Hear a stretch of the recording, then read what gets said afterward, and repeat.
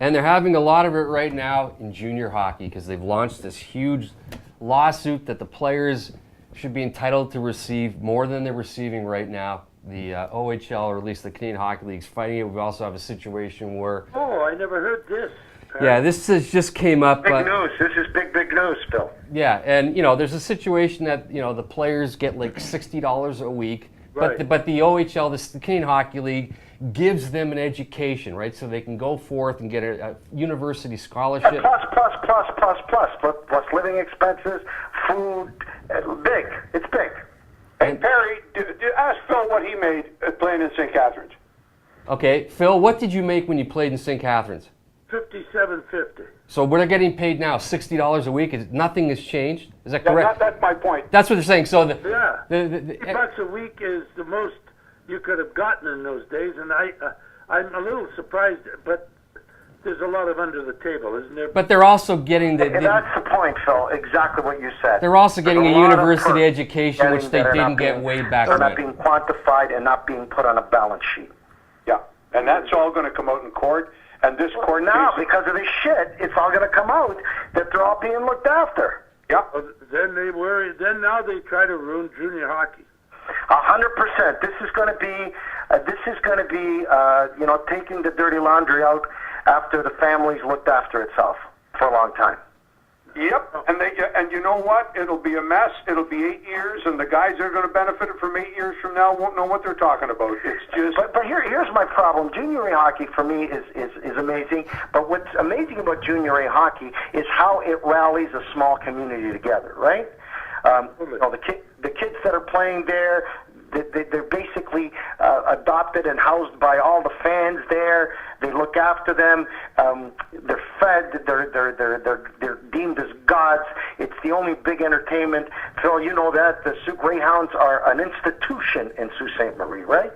Absolutely right, and I mean the London Knights are the whole city rallies around them, right? Mm-hmm. The Windsor Spitfire. I can go on and on. This is going to destroy that.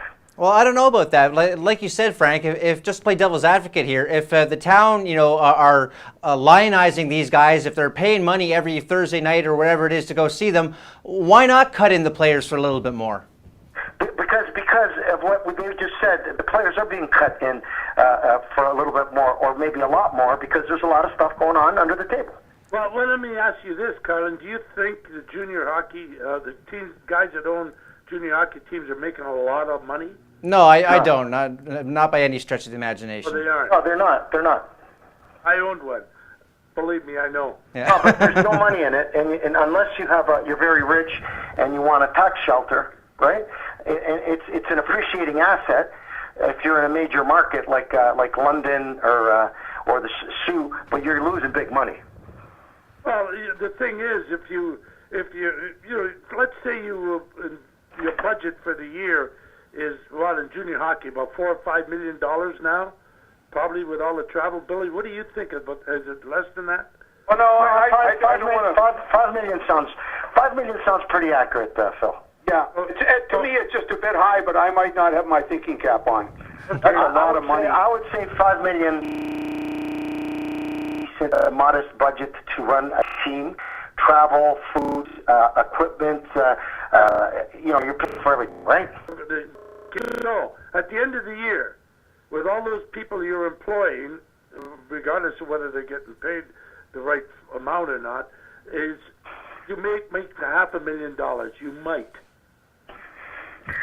You know what? I know some owners of some major junior teams, and some of them are lucky. They make a couple $100,000 a year. Exactly. Some of them lose $300-400, close to $600,000 a year for having the privilege of owning the team. And I know guys, and I'm not gonna give away my sources, but I know guys who are have some prominent junior A teams. And when I saw, I've been asked 1,000 times, for junior A here, junior A there. It's very tough to make money. Well, we know right here in Mississauga, it's a very, very difficult sell. Yeah, but forget about here, Toronto. There's so many junior teams. I'm talking about even if you have a team that's is a major event in like it is in a lot of these smaller communities, right? major event, it's very hard to make money. So I'm saying, this is what I'm saying. Carlin, I agree. If the teams were making huge revenue, then they would be terrible people for not sharing, right, with their people. But I'm telling you that I know this for a fact, and Phil knows this for a fact. A lot of the junior players get looked after. Yeah. More than $60 a week.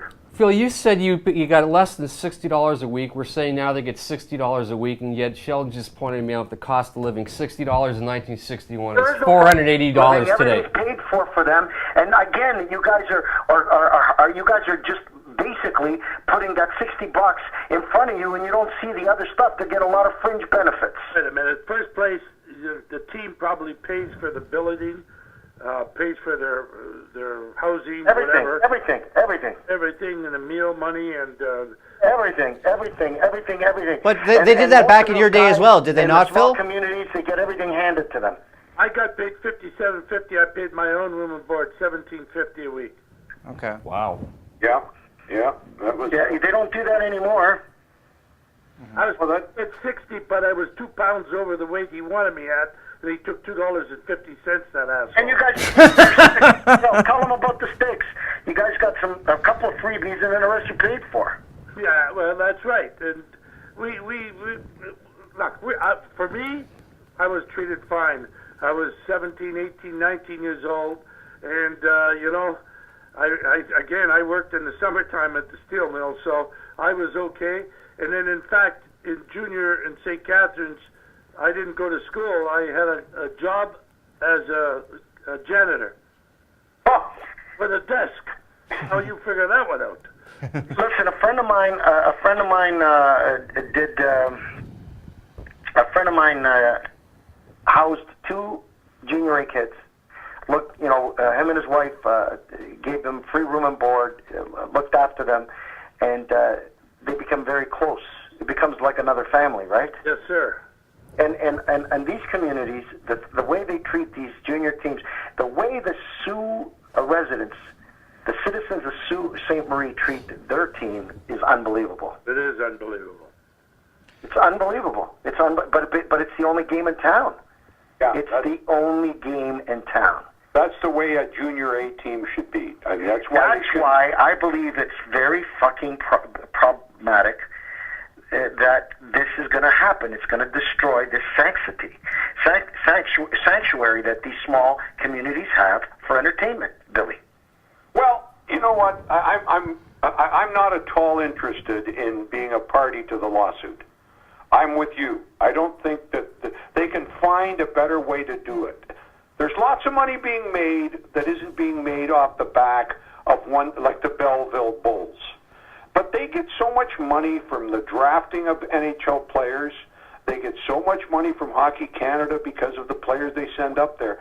They better start looking above the teams. They got to look at the hierarchy, the CHL hierarchy. That's where the goddamn money is. I can tell you that right now. And it's their entitlement to look after it. I'm not saying they shouldn't, but they sue the teams individually. You'll see some books like Phil's just talked about and others. If you think Peterborough Petes are making money, the highest unemployment in Canada is in Peterborough. They're not making money. Belleville's not making money. Kingston's not making money. Ottawa's fooling if they say you're making money. That's all of Eastern Ontario. Oshawa's not making money. They'll all fold up like a cheap suit. Yeah. Yeah, but it's like right now, the guys who have the money to sustain these through sponsorships, through there's a lot of volunteers that work for the organization. They don't get paid. Oh no, I agree. It's a community-operated team in some 100%. And now they're asking with this bullshit to destroy this. And I think they're going to have a problem. I really do. I think the guys will get the big cashola and the big perks under the table are going to have problems too.